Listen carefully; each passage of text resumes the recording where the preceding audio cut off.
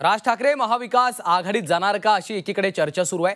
महाविकास आघाडीच्या नेत्यांसह राज ठाकरेंनी 2 दिवस निवडणूक आयोगाच्या अधिकाऱ्यांसोबत बैठकांमध्ये सहभाग घेतला। त्यामुळे राज ठाकरे महाविकास आघाडीच्या सोबत जाणार अशी चर्चा होती। मात्र राज ठाकरेंनी या चर्चांना पूर्ण विराम देण्याचा प्रयत्न केला। सध्या निवडणूक कशी होणार हे महत्त्वाचं आहे, निवडणूक कुणासोबत हा विषय नंतर असल्याचं राज ठाकरेंनी स्पष्ट केलं। निवडणूक होणार कशी होणार हे महत्त्वाचं आहे, कोणाबरोबर होणार हा आत्ताचा विषयच नाही। आणि ही तुमच्या जर लक्षात असेल, कदाचित त्यावेळेला पत्रकार परिषदेला जर समजा तुम्ही असाल तर 2017ला पण मी हेच बोलत होतो,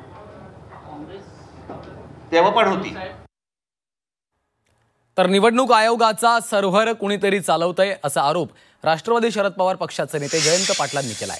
नालासोपाऱ्यात सुषमा गुप्ता यांचं अनेक यादीमध्ये नाव होतं, याबाबतची बातमी समोर आली, मात्र संध्याकाळच्या सुमारास नाव हटवलं गेलं असा आरोपही जयंत पाटलांनी केलाय।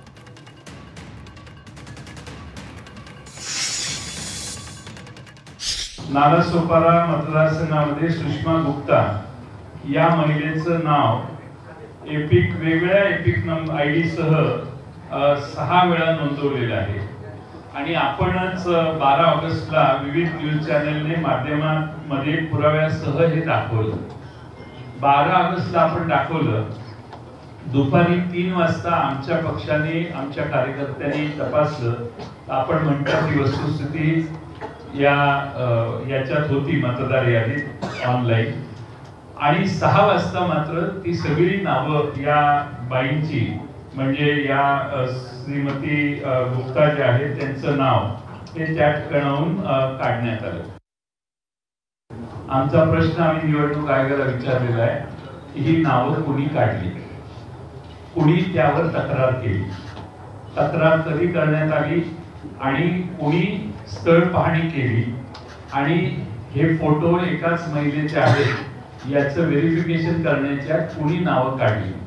आमचा दावा असा आहे आणि आमचा समज व्हायला लागलेला आहे की राज्य निवडणूक आयोग किंवा केंद्रीय निवडणूक आयोगाचा सर्व्हर हा महाराष्ट्रात दुसरा कोणीतरी चालवतो असा आमचा आता अनुभव व्हायला लागलेला आहे। आणि दुसरा कोणीतरी परस्पर या मतदार याद्यांमध्ये नावं घालतो, मतदार याद्या उघड झाल्या की नावं काढतो।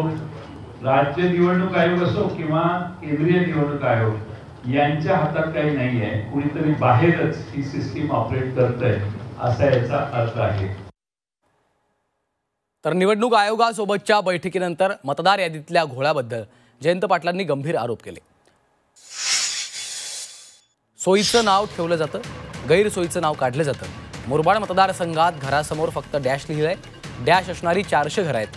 पुणे कॅन्टोन्मेंटमध्ये 869 मतदार आहेत। नाशकात 3829 क्रमांकाचं घर आहे, तिथे 813 मतदार आहेत। शिरूरमध्ये एकाच घरात 188 मतदार दाखवण्यात आलेत अशी माहिती जयंत पाटलांनी दिली।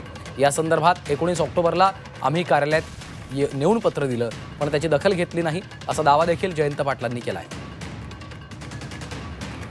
मुरबाडमध्ये जे मतदार आहे, मुरबाड मतदारसंघामध्ये, त्या मुरबाड मतदारसंघामध्ये बूथ क्रमांक 8 मध्ये 400 मतदारांचं एक घर आहे। 400 मतदार आहेत की ज्यांच्या घरासमोर फक्त डॅश आहे, म्हणजे घर नंबर डॅश आहे।